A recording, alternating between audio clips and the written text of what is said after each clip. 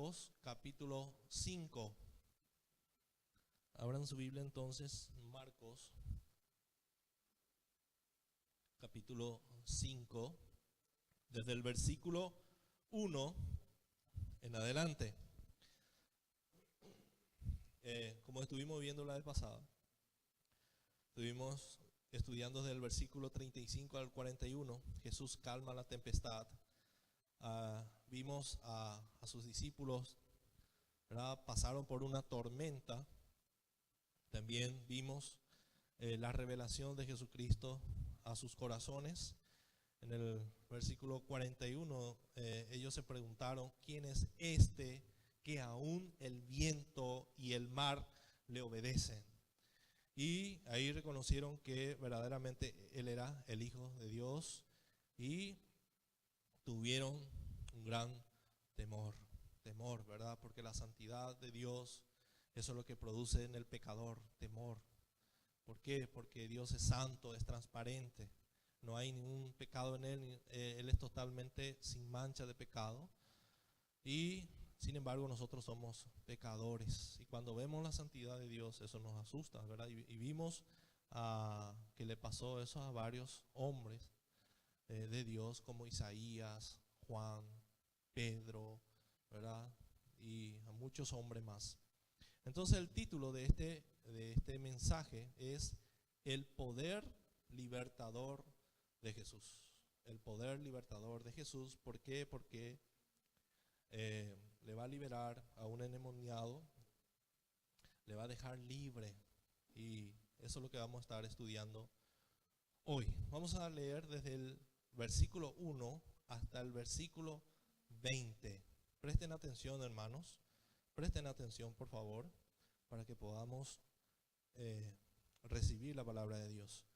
Y dice así el versículo 1 del capítulo 5 de Marcos: vinieron al otro lado del mar, a la región de los Gadarenos, y cuando salió él de la barca, enseguida vino a su encuentro de los sepulcros un hombre con un espíritu inmundo, que tenía su morada en los sepulcros, y nadie podía atarle, ni aun con cadenas, porque muchas veces habían sido atados con grillos y cadenas, mas las cadenas habían sido hechas pedazos por él, y desmenuzados los grillos, y nadie le podía dominar. Y siempre de día y de noche andaba dando voces en los montes y en los sepulcros, e hiriéndose con piedras. Cuando vio pues a Jesús de lejos, corrió y se arrodilló ante él, y clamando a gran voz dijo: ¿qué tienes conmigo, Jesús, Hijo del Dios Altísimo?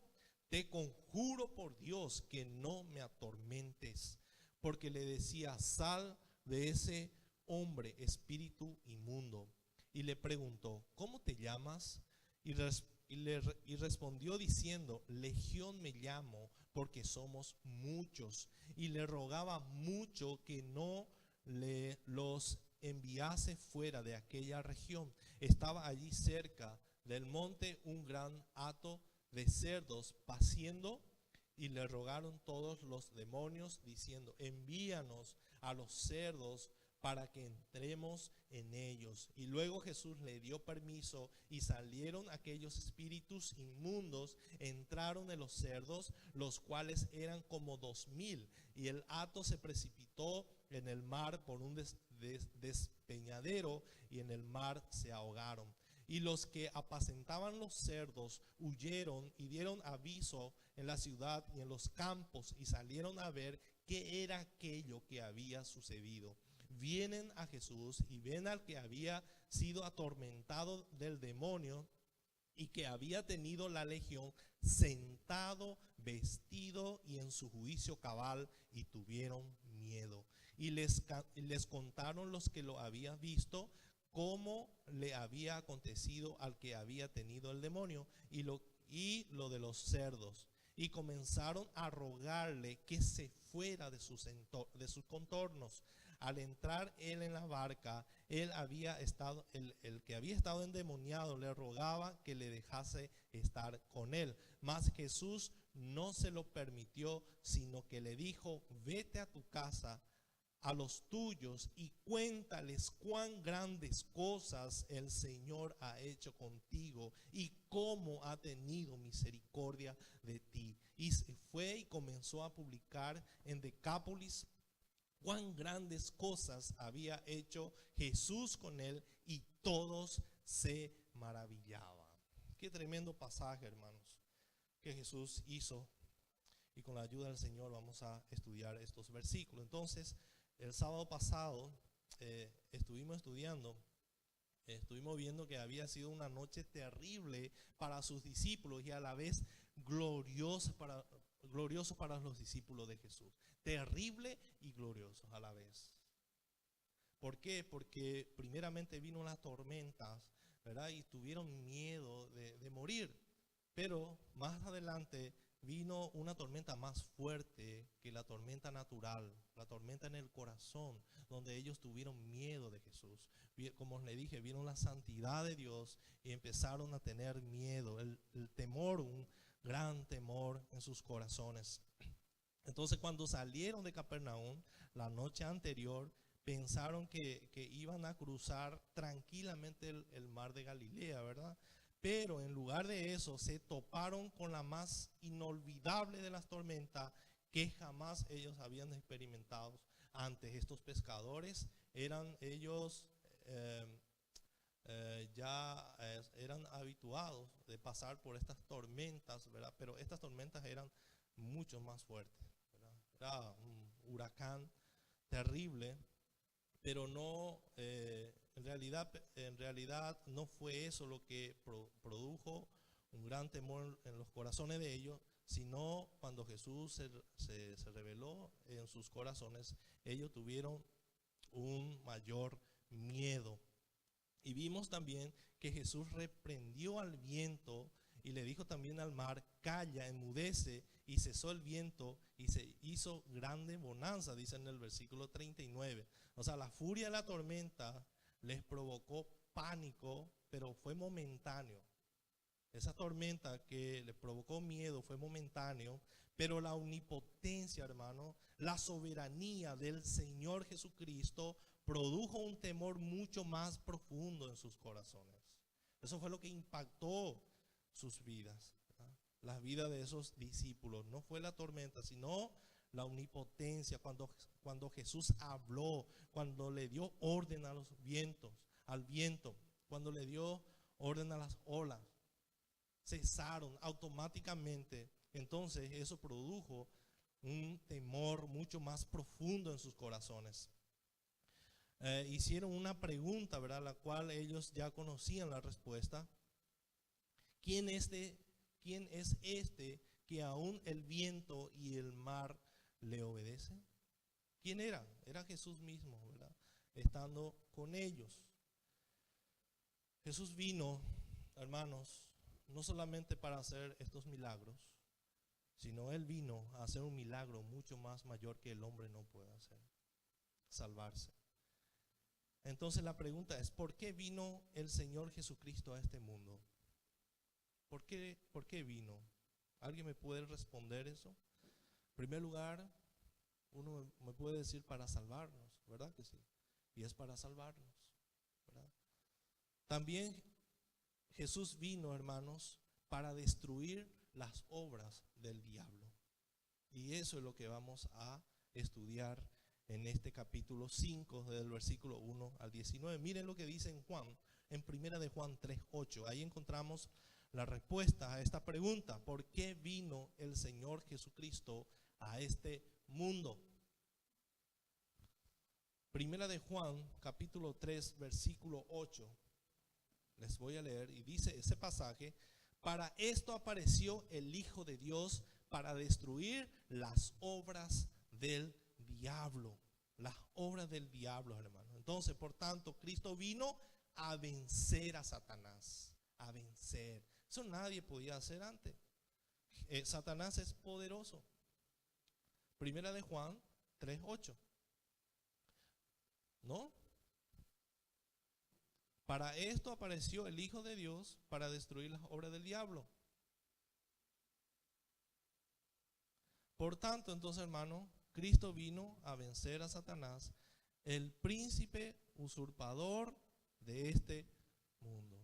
El príncipe usurpador de este mundo. Este es poderoso. A Satanás nadie le puede vencer, ni un ser humano. Ni los ángeles se atrevieron a maldecirle. Es poderoso, hermanos. Este poder Dios mismo le dio a Satanás. Entonces Él vino a rescatar a pecadores de la esclavitud espiritual y llevarlos al reino de Dios. Y eso fue lo que hizo también con nosotros, ¿verdad? En Marcos capítulo 1, versículo 14, miren lo que dice Marcos capítulo 1, el principio del ministerio de Jesús. ¿Para qué vino Jesús? Dice, después que Juan fue encarcelado, Jesús vino a Galilea predicando el evangelio del reino de Dios, diciendo, el tiempo se ha cumplido y el reino de Dios se ha acercado, arrepentíos y creed el evangelio. Arrepentíos. Entonces, hermanos, el príncipe de este mundo, porque Satanás es el príncipe de este mundo, pero Dios es el rey, el que gobierna, el que maneja. Él tiene autoridad, pero esa autoridad le dio Dios para que pueda él ser príncipe de este mundo. Pero Jesucristo vino a deshacer y a destruir esa obra, ese poder que tenía Satanás. Hasta ahora él sigue obrando, ¿verdad? Pero él ya fue vencido. Satanás ya fue vencido, hermanos. Él ya no tiene ningún poder por nosotros. Satanás ya no tiene dominio sobre los cristianos. ¿Quién es el que nos gobierna ahora? ¿Quién es nuestro Señor? Es Jesucristo, ¿verdad? El que gobierna. Él es nuestro Salvador y Señor. Él vino a deshacer esa obra del diablo y ya no somos esclavos del pecado, dice la Biblia. Somos esclavos de la justicia. Somos esclavos de Cristo, ¿verdad? Esclavo por amor, porque Él nos rescató de las tinieblas y nos trajo a su luz admirable. Por eso el cristiano ya no puede andar en tinieblas. Ahora el cristiano anda en la luz. ¿Por qué? Porque la luz está en nosotros. La luz de Cristo está en nosotros, ¿verdad? La luz de Cristo es poderoso. Él mismo está en nosotros, su Espíritu Santo, para transformar nuestras vidas. Por eso es que nuestra vida, hermano, se va a ir transformando hasta la venida de Cristo. Porque la obra que empezó en nosotros, Él la tiene que terminar. Entonces, después de que el hombre cayó en pecado, hermanos, vemos que en Génesis 3:15 hay una promesa para la humanidad caída. El hombre desobedeció a Dios. Dios le creó al hombre en su libre albedrío, pero el hombre usó ese libre albedrío para pecar contra Dios, porque era una criatura. Pecó contra Dios. Entonces el mundo entero fue maldecido por Dios, entró en transgresión, y el hombre también fue infectado por el pecado. Y todo lo que nacen después de Adán, nacen en pecado y en condenación. Pero en Génesis 3:15, miren lo que dice. Hay una promesa maravillosa, hermanos. Que el Señor le dio al hombre. Y esto fue lo que en Cristo se cumplió esta promesa. Juan 13:15 dice, y pondré en enemistad entre ti y la mujer, y entre tu simiente y la simiente suya. Esta te herirá en la cabeza y tú le herirás en el calcañar. Ahí está la promesa. Entonces, Dios había prometido enviar un libertador que un día aplastaría la cabeza de la serpiente. ¿Dónde ocurrió esta promesa? ¿Dónde se cumplió esta promesa, hermanos? Se cumplió totalmente en la cruz, donde Cristo derrotó a la vez a Satanás y al pecado y a la muerte. Cristo derrotó a Satanás en la cruz del Calvario. Aplastó la cabeza del diablo. Miren lo que dice en Juan, capítulo 12, versículo 31. Juan, capítulo 12, versículo 31. Tremenda la obra de Jesucristo. Miren lo que hizo. Jesús cumplió esta promesa, hermanos. Dice, ahora es el juicio de este mundo. Ahora el príncipe de este mundo será echado fuera. ¿Se dan cuenta, hermano? El príncipe de este mundo será echado fuera. Y yo, si fuere levantado de la tierra, a todos atraeré a mí mismo. ¿Quiénes son estos todos?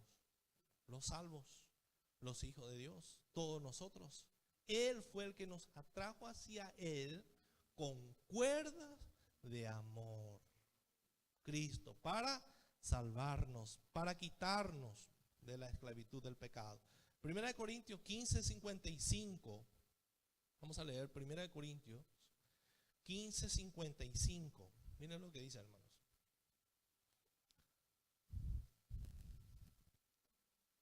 Primera Corintios 15, 55 al 58 dice: ¿Dónde está, oh muerte, tu aguijón? ¿Dónde, oh sepulcro, tu victoria? Ya que el aguijón de la muerte es el pecado, y el poder del pecado la ley, mas gracias sean dadas a Dios, que nos da la victoria por medio de nuestro Señor Jesucristo. Así que, hermanos míos amados, estad firmes y constantes, creciendo en la obra del Señor siempre, sabiendo que vuestro trabajo en el Señor no es en vano. Ya no existe la muerte eterna para nosotros, hermanos. Somos más que victoriosos en Cristo Jesús. Ya Cristo venció el pecado por nosotros, por lo tanto nosotros también somos vencedores. El cristiano ya no muere. Claro que vamos a morirnos físicamente, ¿verdad? Pero nuestra alma el Señor tiene en sus manos. Cuando nosotros partamos de estas vidas, directamente iremos en su presencia. Y eso nos tiene que llenar de alegría todos los días de nuestras vidas, hermanos. Eso es lo que tiene que motivarnos a ser obedientes a Dios. Esa libertad que tenemos de la esclavitud del pecado. Nadie puede decir, no puedo dejar este pecado. ¿Por qué? Porque ya no somos esclavos del pecado. Con la ayuda del Señor sí se puede dejar. El cristiano tiene que clamar, el cristiano tiene que orar, el cristiano tiene que estudiar la Biblia, el cristiano tiene que tener comunión con Dios. Tiene que desear eso, hermanos. ¿Por qué? Porque Él pone en nosotros el querer como el hacer. Así como cuando éramos inconversos, también Él puso en nosotros el querer como el hacer, para que nosotros podamos querer creer en Él. ¿Y cuánto más?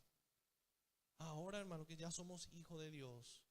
Entonces todas las promesas que hay en la Biblia y las obras de Jesucristo que leemos, también a nosotros nos tiene que maravillar.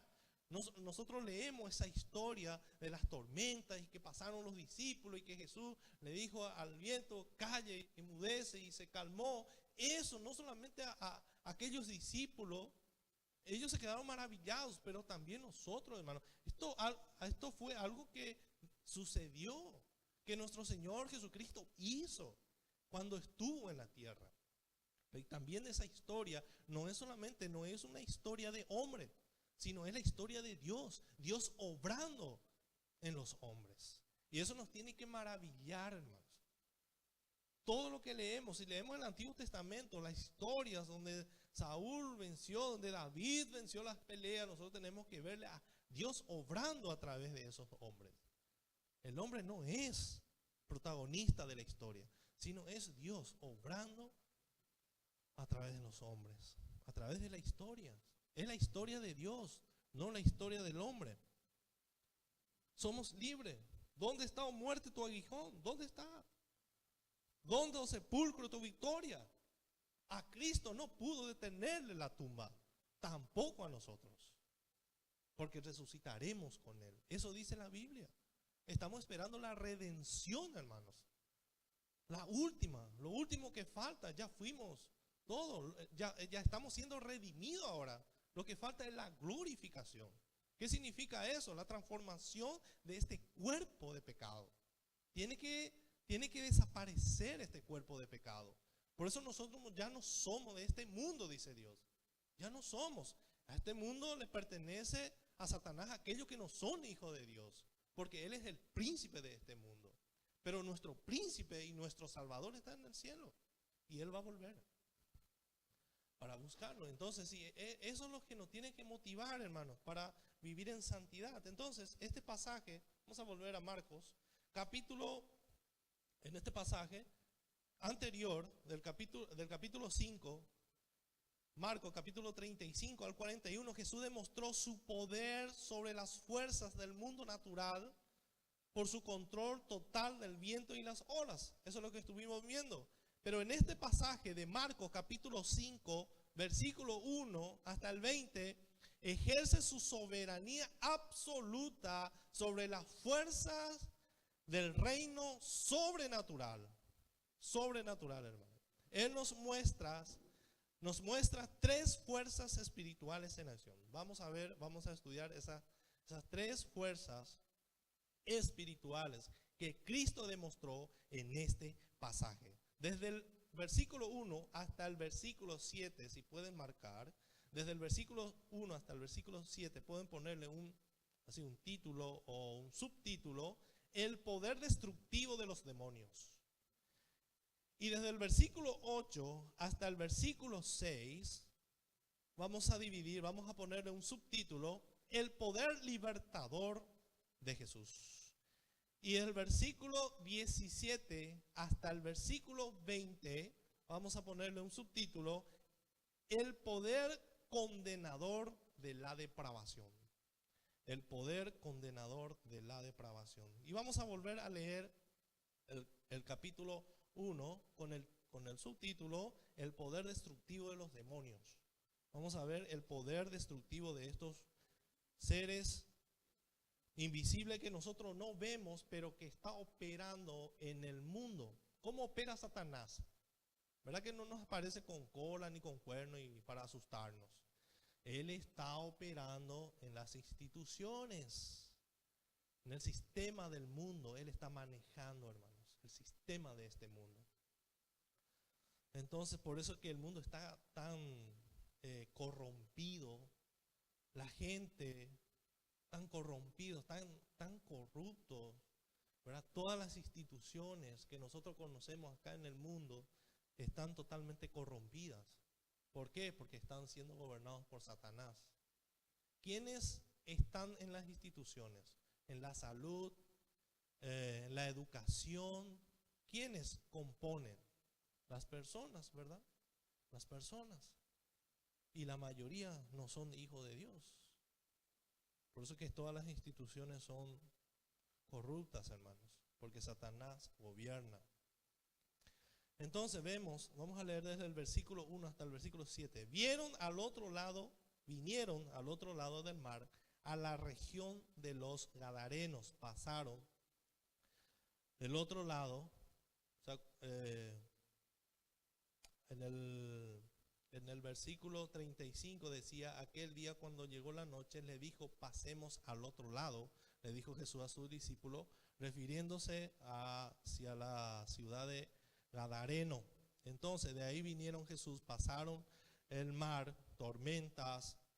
En el versículo 2 dice: y cuando salió él de la barca, enseguida vino a su encuentro de los sepulcros un hombre con un espíritu inmundo. Imagínense, ellos llegaron, recién se bajaron de la barca y ya fueron recibidos por un demonio. Recién se asustaron todito mal, ¿verdad? Pasaron por un terrible tormentas y al bajarse al otro lado vino corriendo un endemoniado. Espíritu inmundo se refiere a demonios. El versículo 3 dice que tenía su morada en los sepulcros. Imagínense, hermano, esta persona vino y nadie podía atarle, ni aún con cadenas. Este tenía una fuerza sobrenatural, claro, porque era demonio, ¿verdad? Nadie podía atarle. El versículo 4, porque muchas veces había sido atado con grillos y cadenas, mas las cadenas habían sido hechas pedazos por él y desmenuzados los grillos, y nadie le podía dominar. Nadie le podía dominar, hermanos. Este hombre era fuertísimo. Dice, y cuando salió él de la barca, los discípulos seguramente ya preparados con una piedra en la mano. Ahí viene un loco, furioso. Dice la Biblia que estaba desnudo. Desnudo estaba. Y con un olor terrible, me imagino. De las tumbas estaba viniendo. Del cementerio estaba viniendo, hermanos. ¿Cómo le jugaba este demonio a esta persona? Y dice, enseguida vino a su encuentro de los sepulcros un hombre con espíritu inmundo. Miren lo que dice en Lucas capítulo 8 versículo 27 de este pasaje. Lucas capítulo 8 versículo 27.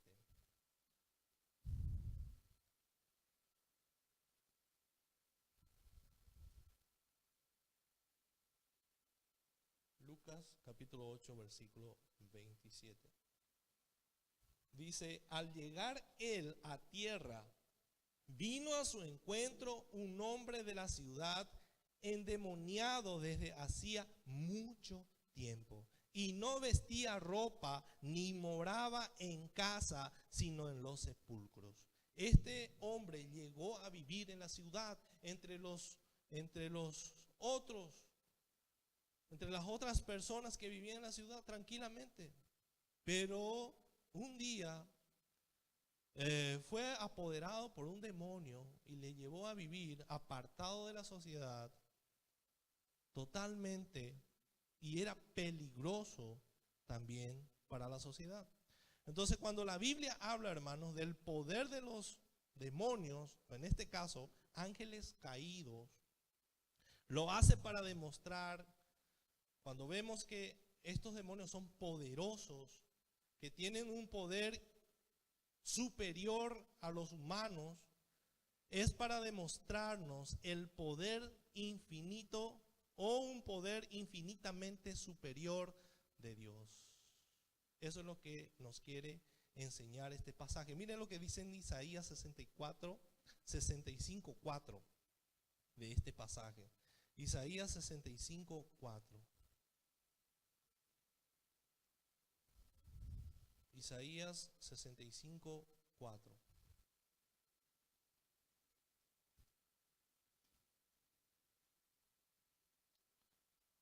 Desde el versículo 2. Extendí mis manos todo el día a pueblo rebelde, dice el Señor. Isaías 65:2 en adelante. Extendí mis manos todo el día a pueblo rebelde, el cual anda por camino no bueno, en pos de sus pensamientos. Pueblo que mi rostro me provoca de continuo a ira, sacrificando en huertos y quemando incienso sobre ladrillos, que se quedan en los sepulcros. Imagínense, hermano, que se quedan en los sepulcros y en lugares escondidos pasan la noche y comen carne de cerdo, y en sus ollas hay caldo de cosas inmundas. ¿De qué el Señor está hablando acá, hermano? De pueblos rebeldes. Las personas, todos nosotros éramos así también. Éramos, dice la Biblia, que estábamos muertos en nuestros delitos y pecados, y también éramos hijos de la ira. Nosotros pensábamos antes que teníamos libertad. Por eso que muchos dicen nosotros que ahora nosotros no tenemos libertad, que no somos felices. Pero antes nosotros éramos esclavos del pecado y hacíamos las obras de Satanás. Pecábamos contra Dios y éramos gobernados por Satanás. Éramos, hermanos, manejados por él. También nuestro espíritu era inmundo delante de Dios, y todas las obras que nosotros hacíamos eran como trapo de inmundicia. Así como este hombre, espíritu inmundo, así mismo éramos, hermanos. Sin casa, muerto totalmente para Dios. Nuestro sacrificio tenía mal olor para Dios. Él no podía soportar nuestras obras. Pero vemos el amor de Dios en nosotros. Miren lo que dice 1 Corintios 6, lo que Cristo hizo por cada uno de nosotros.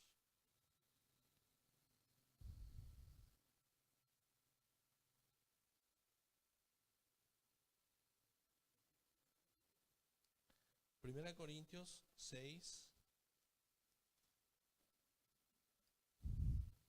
19. Esto es lo que éramos nosotros, hermanos. No éramos tan diferentes de ese hombre.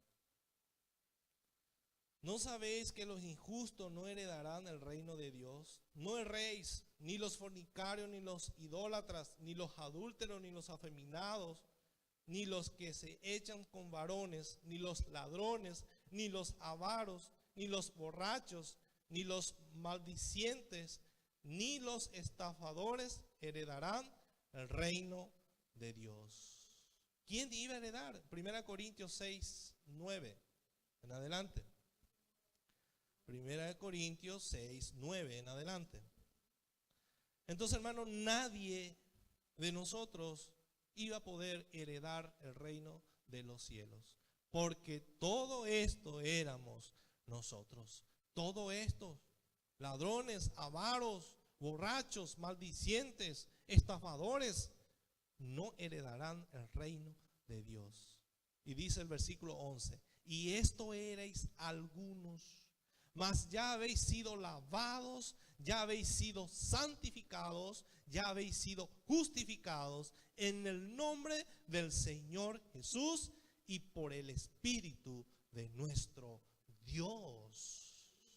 Y es lo que Dios va a hacer, es lo que Jesús va a hacer con este hombre. Le va a liberar, le va a limpiar. Mire lo que dice el versículo 3, que tenía su morada en los sepulcros, apartados de la sociedad. Esta persona era inmunda, y nadie podía atarle, ni aún con cadenas. Era poderoso. ¿Quién es el único que puede atar a Satanás? ¿Quién es? Solo Dios. Entonces acá se echa por el piso cuando alguien quiere atarle a Satanás. ¿Ya le escucharon a personas que dice, le atamos en el nombre de Jesús? Nosotros no podemos atarle a nadie, mucho menos a Satanás, hermanos. Estos hombres, eso es lo que ellos intentaron hacer con este hombre, atarle a Satanás. ¿Pero qué hizo? Dice, porque muchas veces habían sido atados. Entonces nosotros no podemos atarle a Satanás. Entonces ya no oren así. Le atamos, porque a Satanás nadie le puede atar. Dice con grillos. Estos eran hierros fuertes y cadenas, mas las cadenas habían sido hechas pedazos por él y desmenuzados los grillos, y nadie podía dominar, nadie podía ayudarle a este hombre. Solo Cristo es el que puede entrar en su casa, en la casa de Satanás, y atarle a Satanás. Él es el hombre fuerte. ¿Se acuerdan? De Marcos 3:27. Miren lo que dice Marcos 3:27. Ya estudiamos eso. Dice, ninguno puede entrar en la casa de un hombre fuerte y saquear sus bienes si antes no le ata, y entonces podrá saquear su casa. Nadie puede hacer esto. Los hombres intentaron hacer esto, intentaron ayudarle, pero nadie puede ayudarle a nadie. De cierto os digo que todos los pecados serán perdonados. Ahí Jesús estaba hablando de la blasfemia. Pero mírense, hermanos, nadie podía ayudarle a esta persona. Nadie. Porque muchos intentaron, pero Jesús sí pudo hacer, hechas pedazos por él. Vemos las fuerzas que tenía esta persona. poseída por el demonio y desmenuzados los grillos. No había nada, o sea, con nada podían atarle. Con cadenas, no. Con grillos, tampoco. Las fuerzas que tenía este demonio era impresionante. Por eso es que él domina a aquellos que no son hijos de Dios. Nadie puede liberarse de su poder a menos que Cristo haga. Ni un ser humano puede liberarse de la esclavitud del pecado. Ningún pecador puede salvarse a sí mismo. Ningún pecador puede salvarle a otro. Ningún pecador puede arrebatarle a otro de las manos de Satanás. Ningún. Solo Cristo. Solo Cristo. Dice, y nadie le podía dominar.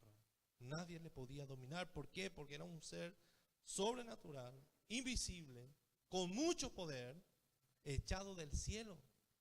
Estos demonios fueron echados del cielo, hermanos. El versículo 5.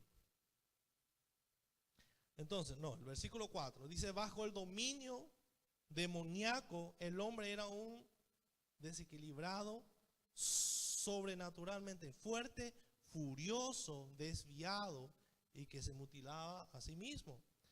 Sin embargo, quien esta vez le esperaba en la orilla era Jesús mismo, hermano. En el versículo, vamos a ver eso en el versículo 6, pero en el versículo 5, miren lo que dice, y siempre de día y de noche andaba dando voces en los montes y en los sepulcros e hiriéndose con piedras. Y siempre de día y de noche andaba dando voces, le asustaba a la gente. No era que gritaba despacio o no, voces, hermano, gritos fuertes que se escuchaba desde lejos y que le asustaba a la gente. Imagínense si nosotros escuchamos esos gritos del cementerio. ¿Verá que corremos o alguien se va a atrever a ir a mirar? Vamos a mirar qué hay en el sepulcro. ¿Quién se atrevería a ir? Correríamos, hermanos, de susto. Imagínense, esta persona. Entonces no era suave su grito, era fuertísimo. ¿Alguna vez ya le escucharon a Satanás gritando? Nadie. Entonces esta persona, o sea, Satanás mismo estaba gritando a través de esta persona. Fuerte. Esta persona estaba lleno de angustia, hermanos. Lleno de angustia. Poseído, no tenía paz. Imagínense, no dormía, dice. No dormía. De día y de noche daba gritos, voces. No dormía. Imagínense si no dormimos 2 días. ¿Vamos a aguantar? Claro que no, hermano. ¿Cómo vamos a estar? Una semana sin dormir. Imagínense cómo estaríamos. Y así le tenía a esta persona, así le tenía a Satanás dominado. Le jugaba todo. Le jugaba todo, hermanos. Se cortaba todo. Ensangrentado estaba él. Venía corriendo. No dormía. Los demonios no duermen, hermanos. Pero el Hijo de Dios le esperaba al otro lado. El mismísimo Hijo de Dios estaba parado cerca del río. El versículo 6. Cuando vio pues a Jesús de lejos, corrió y se arrodilló ante él. Se arrodilló ante él. Entonces el demonio que habitaba en este hombre pudo sentir, hermanos, la presencia gloriosa del Rey del universo, de su Creador. Estaba ahí parado. Se bajó de la barca y Jesús le estaba esperando, porque Jesús tenía que tener un encuentro con él. Por eso le dijo a sus discípulos, pasemos al otro lado, porque el Rey de Reyes tenía que liberarle a esta persona de la esclavitud, y él tenía que demostrarle a sus seguidores que él era el Rey de Reyes y Señor, señores, el único que tiene poder para liberarle a la gente. Este demonio entró en pánico, hermanos. Entró en pánico. esta persona necesitaba ser liberada. Y dice, se arrodilló ante él. De lejos le vio a Jesús. Y vino corriendo y se arrodilló ante él. Se arrodilló. Expresó su temor a través de la voz de aquella alma torturadora que gritó aterrorizada, hermano. Gritó. Miren lo que dice en Lucas 8:28. Lucas 8:28. Lucas siempre amplía más las parábolas. Dice, al ver a Jesús, al Hijo de Dios, al Todopoderoso, lanzó un gran grito y postrándose a sus pies, exclamó a gran voz, ¿qué tienes conmigo? Y Jesús, Hijo de Dios Altísimo, te ruego que no me atormentes. Los demonios, hermanos, dice la Biblia que ellos tiemblan delante de Dios. Santiago 2:19 habla de eso. Miren lo que dice en Santiago 2:19.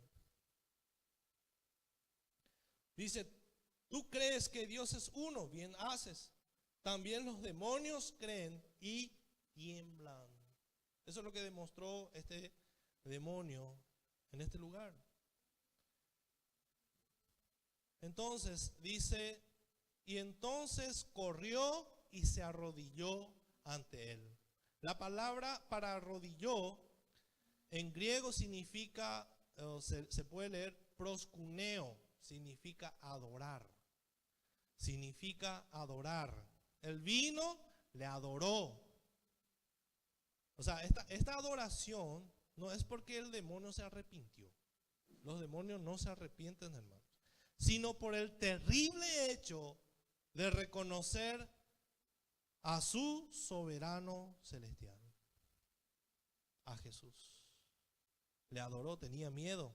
Obligado entonces, este demonio, por el puro terror, el dominio estaba completamente, o el demonio estaba completamente sometido delante de su juez. Jesús es el juez que va a juzgar a los vivos y a los muertos, y también a los demonios. Ellos saben eso, hermano. Y ellos pensaron que Jesús ya venía para juzgarle. Por eso es que se asustaron tanto y vinieron corriendo y se postraron, o se postró delante de él. Corrió, y dice el versículo 7, y clamando a gran voz, o gritó fuerte, dijo, ¿qué tienes conmigo, Jesús, Hijo del Dios Altísimo?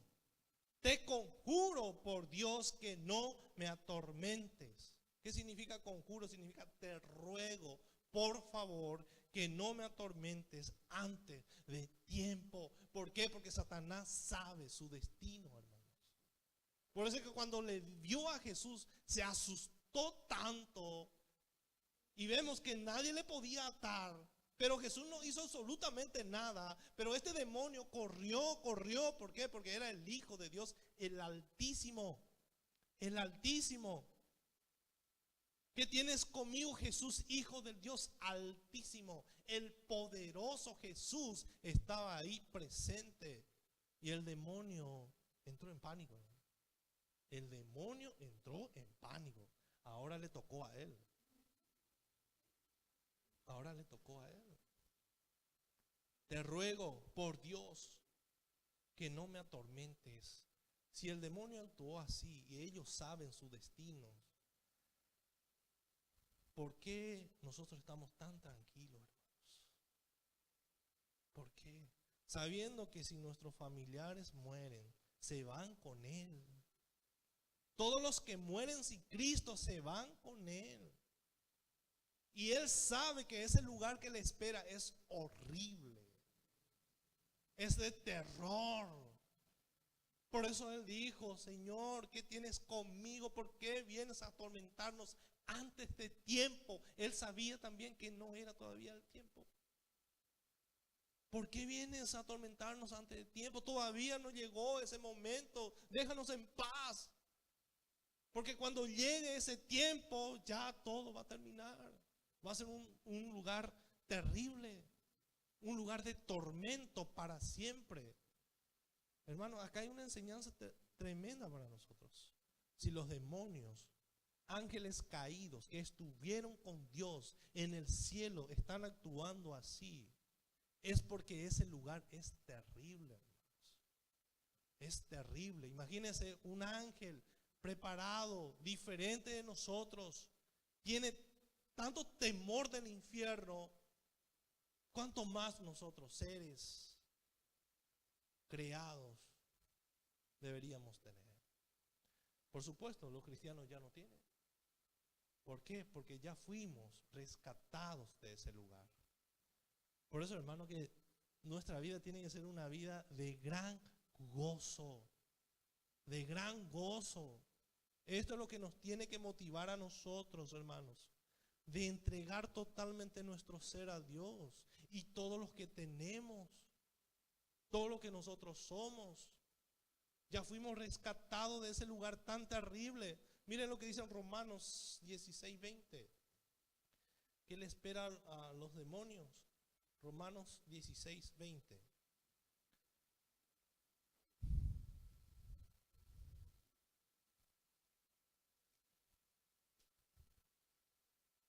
Romanos 16:20. Dice, y el Dios de paz,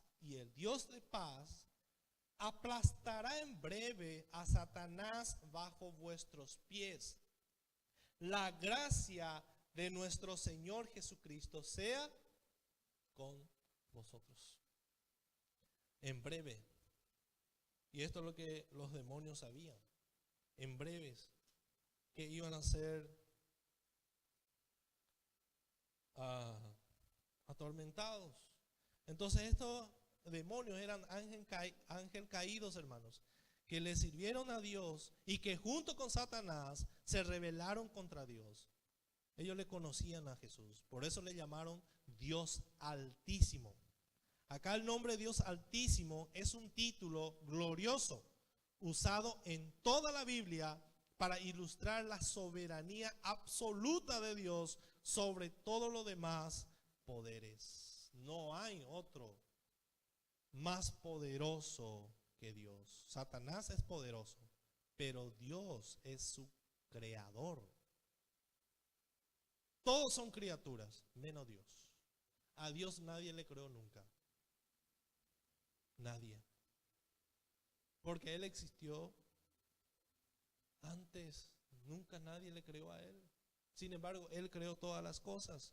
Miren lo que dice Salmos 47:2. Salmos 47:2.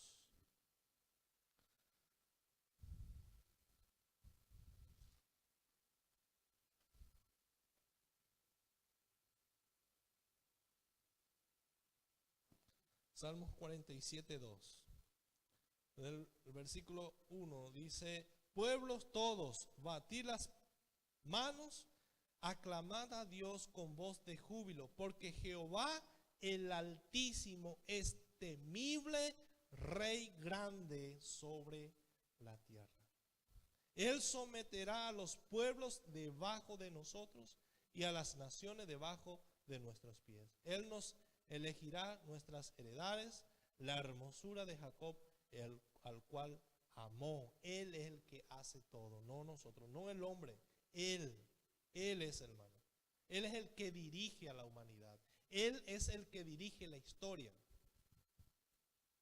La historia va en forma recta y va a seguir. Es una sola historia, la historia de Dios. Entonces vemos, hermanos, el Altísimo, el poderoso, tembloroso en la presencia de este juez poderoso y divino. El demonio temía que Jesús lo arrojara inmediatamente al abismo donde están cautivos otros ángeles caídos, porque la Biblia habla de eso en 2 de Pedro 2:4, que hay ángeles encarcelados, ángeles caídos. Pero también suponía que no estaba destinado al encarcelamiento definitivo, sino hasta el fin de la historia humana. En Apocalipsis 27 vemos donde Dios le va a atar a Satanás para siempre, después del Armagedón. Entonces sabía que el día señalado para su castigo todavía no era el tiempo. Por eso gritó, versículo 7, ¿qué tienes conmigo?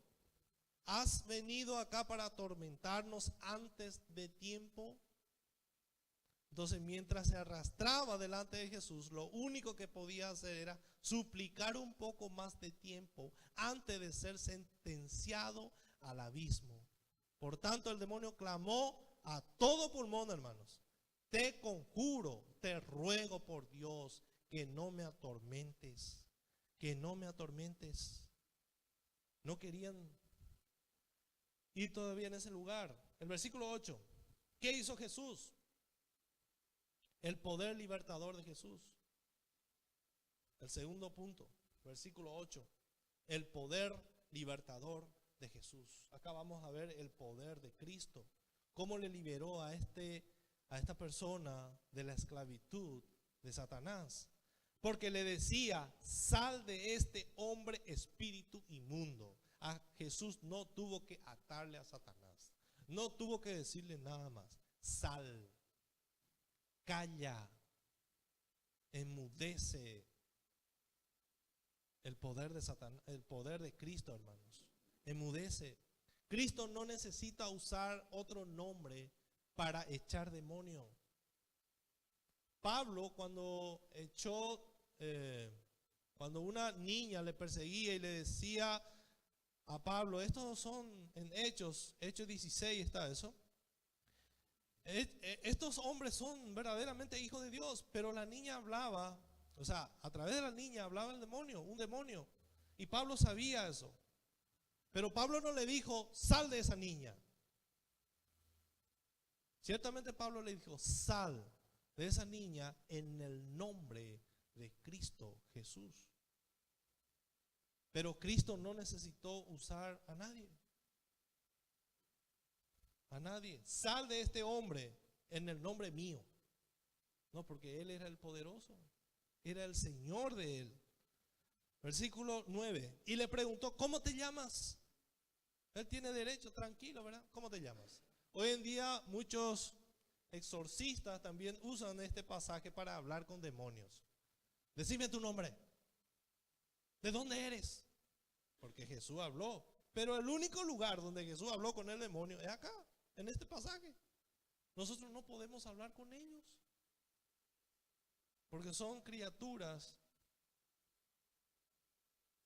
espíritus. Entonces Jesús le dijo: ¿cómo te llamas? Él tiene derecho, Él es su dueño, Él es su Señor. ¿Cómo te llamas? Dime.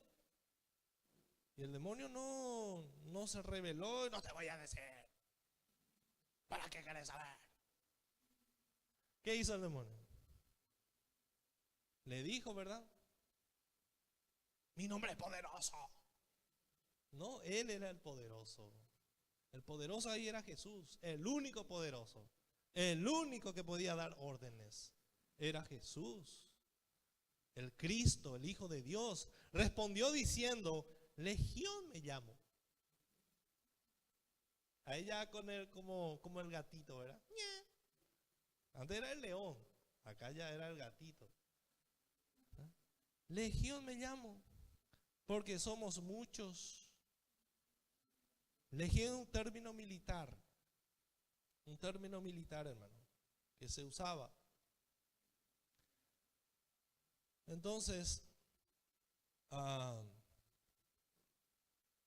es una designación militar usada para identificar a grupos de soldados.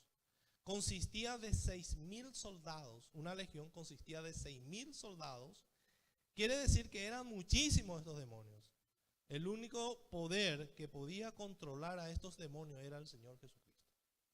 Eran muchísimos. Me llamo legión. Eran como 6,000 demonios. Versículo 10. Dice: y le rogaba mucho que no los enviase fuera de aquella región. Le rogaba: no queremos irnos de acá. Estaba allí cerca del monte un gran hato de cerdos paciendo, y les rogaron todos los demonios, no sabemos la cantidad, pero eran muchísimos.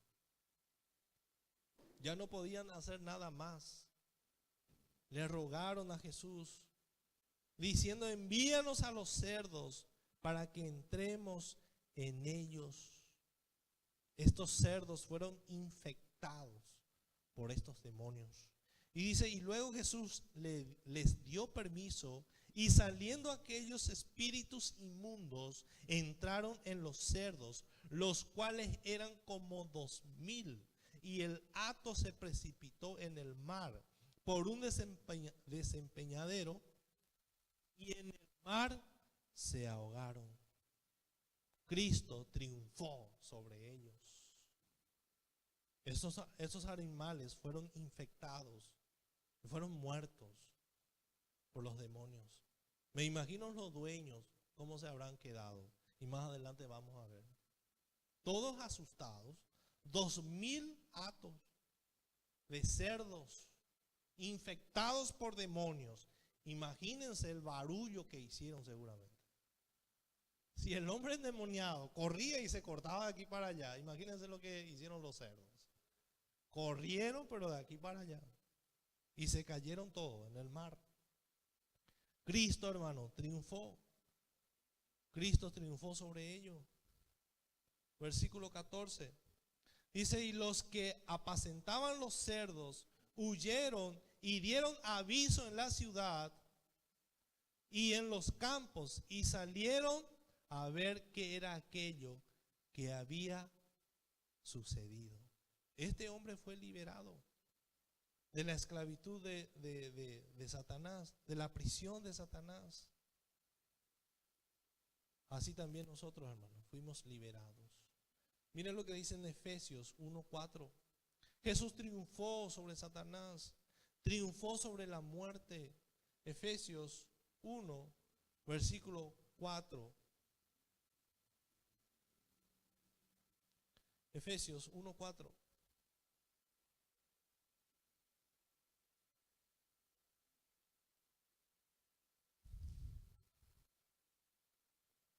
Dice, según nos escogió en él antes de la fundación del mundo, para que fuésemos santos y sin mancha delante de él. Antes, ¿cómo éramos, hermanos? Impuros, apartados de Dios y dominados por Satanás. Pero él nos escogió antes de la fundación del mundo para que fuésemos santos y sin mancha delante de él. Y para eso vino Cristo, para cumplir esta promesa. Él vino a rescatarnos, en amor habiéndonos predestinado para ser adoptados hijos suyos por medio de Jesucristo, según el puro afecto de su voluntad. Así lo quiso él. Y vino y nos adoptó, nos hizo sus hijos, para alabanza de la gloria de su gracia, con la cual nos hizo aceptos en el amado. Entonces, hermanos, horrorizados por lo que acababan de presenciar estas personas, dice el versículo 14, y los que apacentaban los cerdos huyeron y dieron aviso en la ciudad y en los campos, y salieron a ver qué era aquello que había sucedido. Me imagino que la noticia le llegó a las personas y le sorprendieron, ¿verdad? Fueron testigos, estas personas fueron los testigos oculares de todo lo que sucedió. Y corrieron, huyeron de susto para dar aviso por aquellas o por toda esa región. El versículo 15 dice, y vienen a Jesús y ven al que había sido atormentado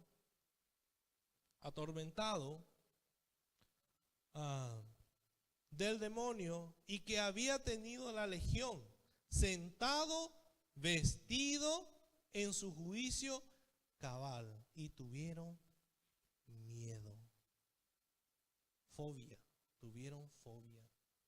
Tuvieron miedo, hermanos. Entonces, al llegar a la escena, vieron al hombre que había conocido como un loco endemoniado. Y era amenaza para todas las personas. Le vieron tranquilo, sin furia, violenta, como solía estar antes. ¿Cómo estaba esta persona, hermano? Sentado, vestido en su juicio cabal. Entonces, hermanos, vemos la asombrosa evidencia de la transformación total que se había realizado en la vida de estas personas.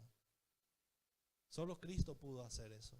Solo Cristo pudo haber hecho semejante milagro. Solo Cristo pudo haberle liberado de su vida pasada. Sin lugar a dudas, Jesús le había explicado así con ese milagro el evangelio, diciéndole que Él era el Cristo. Que Él era el Cristo. De modo que no solo resultó liberado de los demonios, sino también del pecado y del infierno. Fue liberado, fue limpiado de sus pecados y también liberado de la esclavitud del pecado y del infierno. También Cristo hizo eso con nosotros. En 2 Corintios 5:17 dice que las cosas viejas pasaron, ahora todas son hechas nuevas. Entonces Jesús vino a la tierra, hermano, para quitar, para transformarnos, para cambiarnos, para darnos vidas, para vivir como hijos de Dios. Entonces la vida cristiana es una vida transformada, hermanos. Así nosotros comprobamos que somos hijos de Dios o no somos. Tiene que haber una transformación en nosotros. Ya no podemos ser lo que éramos antes. Seguimos pecando, pero ya no podemos actuar como actuábamos antes. La transformación ocurre en el interior, en nuestro carácter. En nuestro carácter, hermanos. Antes éramos argelados, ahora somos mansos como la paloma. Vamos siendo transformados. Antes yo era terrible, hermanos. Bueno, hablen con Corina después para que les explique lo que yo era antes. Y legalmente, hermano, no hay poder humano que pueda cambiar el carácter del hombre. No hay. Es imposible eso. Yo no puedo decir que yo hice. No, fue Dios obrando, hermanos, en mi vida. Si no, yo seguiría siendo la misma persona que era antes. Entonces ocurrió una transformación. Miren cómo quedó, hermano. Miren cómo quedó después de tener el encuentro con Jesús. Un encuentro con Jesús. Sentado, eso habla de quietud, de tranquilidad, de paz. Vestido de qué? Vestido de la santidad de Cristo. Vestido de la justicia de Cristo. Y en su juicio cabal. Y tuvieron miedo. Tuvieron miedo, hermanos. Entonces Él no vino solo a pagar el castigo por el pecado y ofrecer perdón, sino también para quitar los poderes por completo de Satanás de nosotros. Como resultado hemos sido apartados del pecado para santidad. Eso significa ser santos, apartados para Dios. Entonces la rebeldía que una vez caracterizó nuestras vidas ha sido removida, hermanos. Romanos 5:12. Romanos 5:12. Romanos 5:12.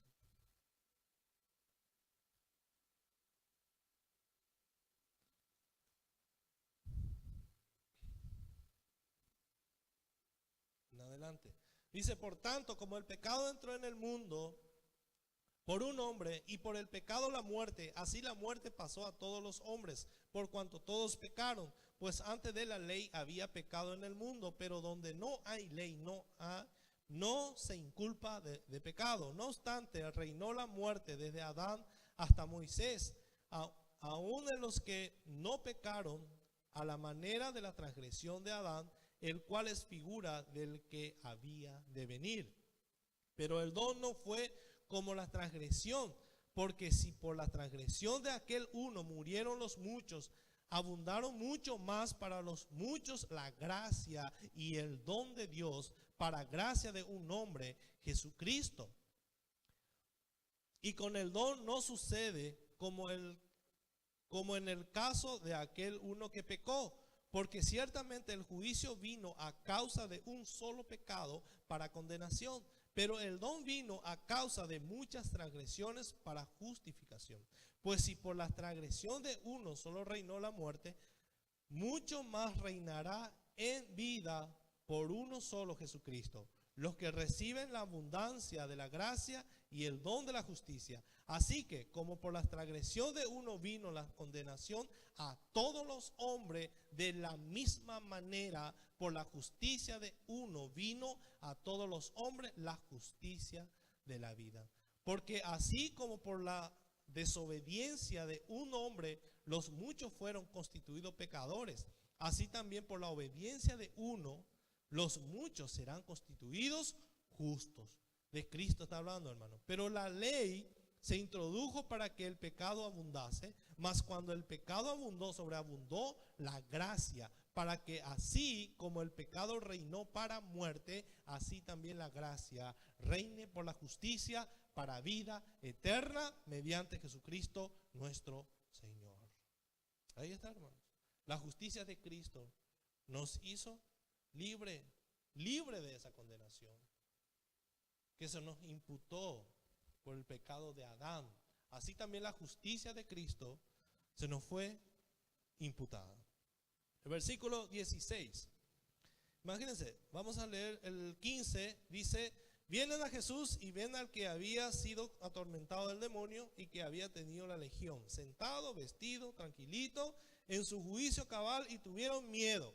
Y les contaron los que lo habían visto cómo le había acontecido al que había tenido el demonio y lo de los cerdos. Se maravillaron esta gente, ¿verdad que sí? El versículo 17, se maravillaron.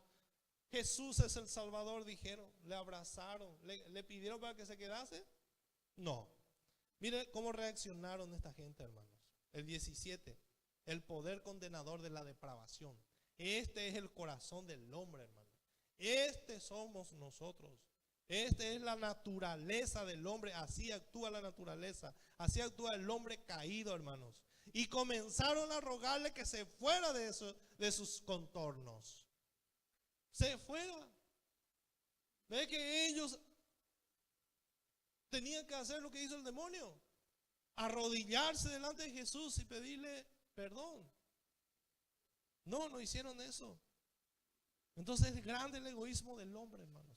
Es grande, le pidieron para que se fuera, que se apartara de ese lugar.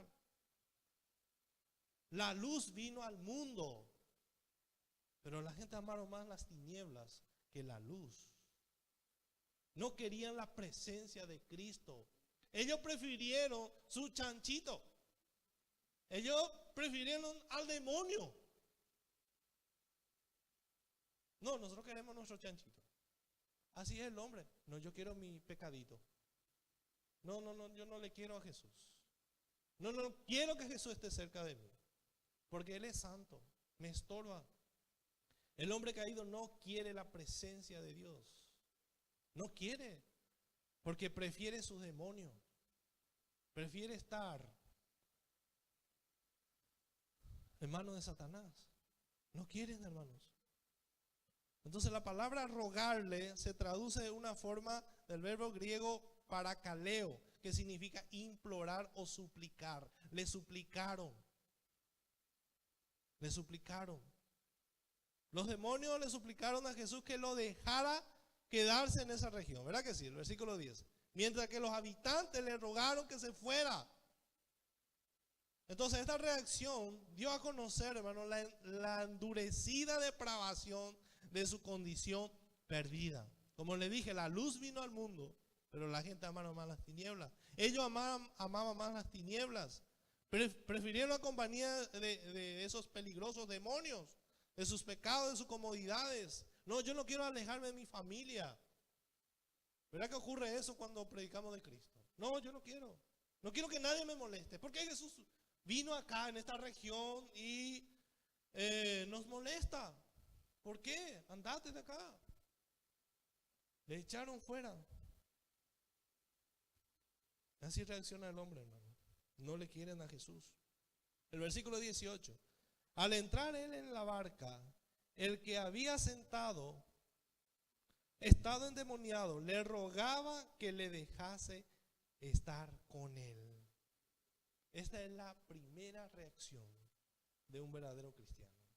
Quiere estar con Jesús. Los otros no querían estar con Jesús. Señor, yo quiero estar contigo. Le rogó este hombre que fue liberado de sus pecados. Le rogó. Quería quedarse con él. Pero los otros le rogaron, andate de acá. Por favor, te pedimos. No queremos tu presencia. ¿Cuántos quieren la presencia de Cristo? Los creyentes queremos, hermano, la presencia de Cristo. Queremos estar cerca de Él. No queremos apartarnos de Él. Queremos más y más de Él. Quiero estar con Él. Pero ¿qué le respondió Jesús en el 19? Mas Jesús no se lo permitió, sino que le dijo, vete a tu casa, a los tuyos, y cuéntales cuán grandes cosas el Señor ha hecho conmigo y cómo ha tenido misericordia de ti. Cuéntale lo que el Señor hizo por ti. Cuéntale. Esta persona se admiraba de Jesús. No quería salir de su presencia, pero Jesús le tenía una tarea. Y esta tarea también Jesús nos encomendó a nosotros. Mateo 28. Esta es la tarea que este hombre tenía que cumplir después de ser salvo. Mateo 28. Pero los 11 discípulos se fueron, versículo 16. Pero los 11 discípulos se fueron a Galilea, al monte donde Jesús le había ordenado.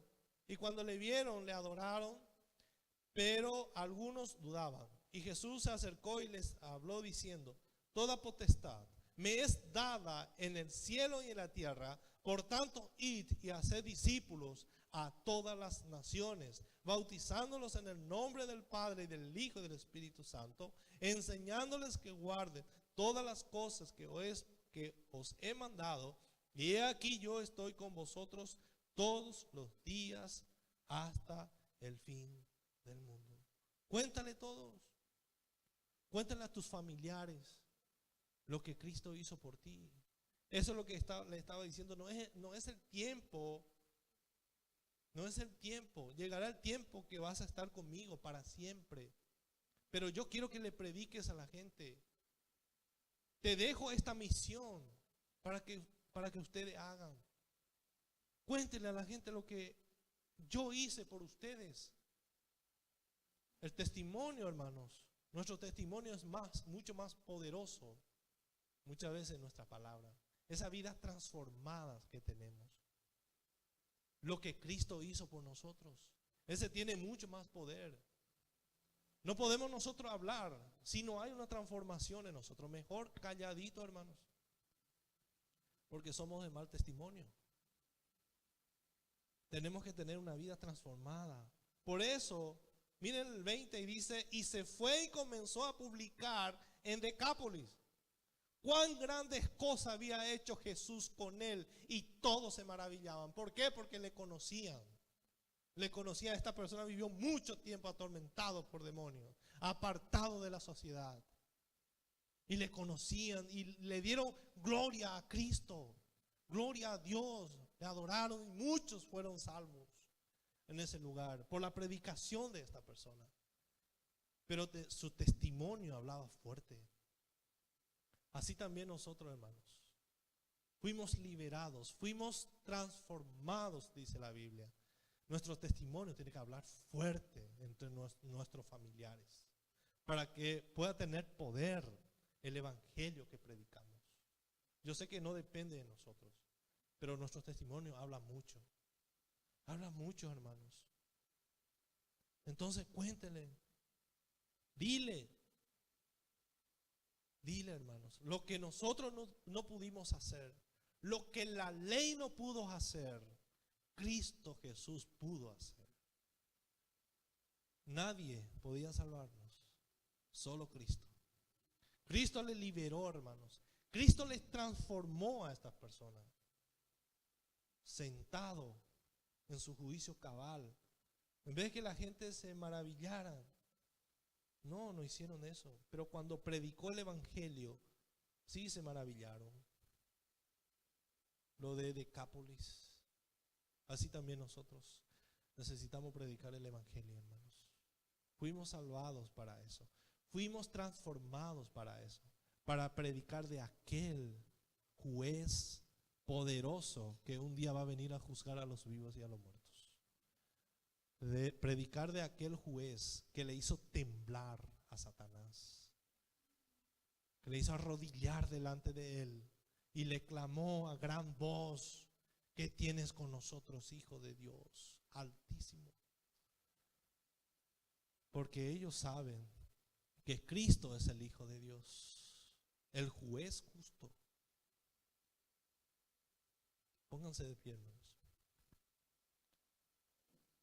Que esto nos motive para que prediquemos más de Cristo. Lo que mi buenas obras no pudo hacer, Cristo hizo. Solo Cristo tiene el poder libertador, hermanos. El evangelio de Cristo.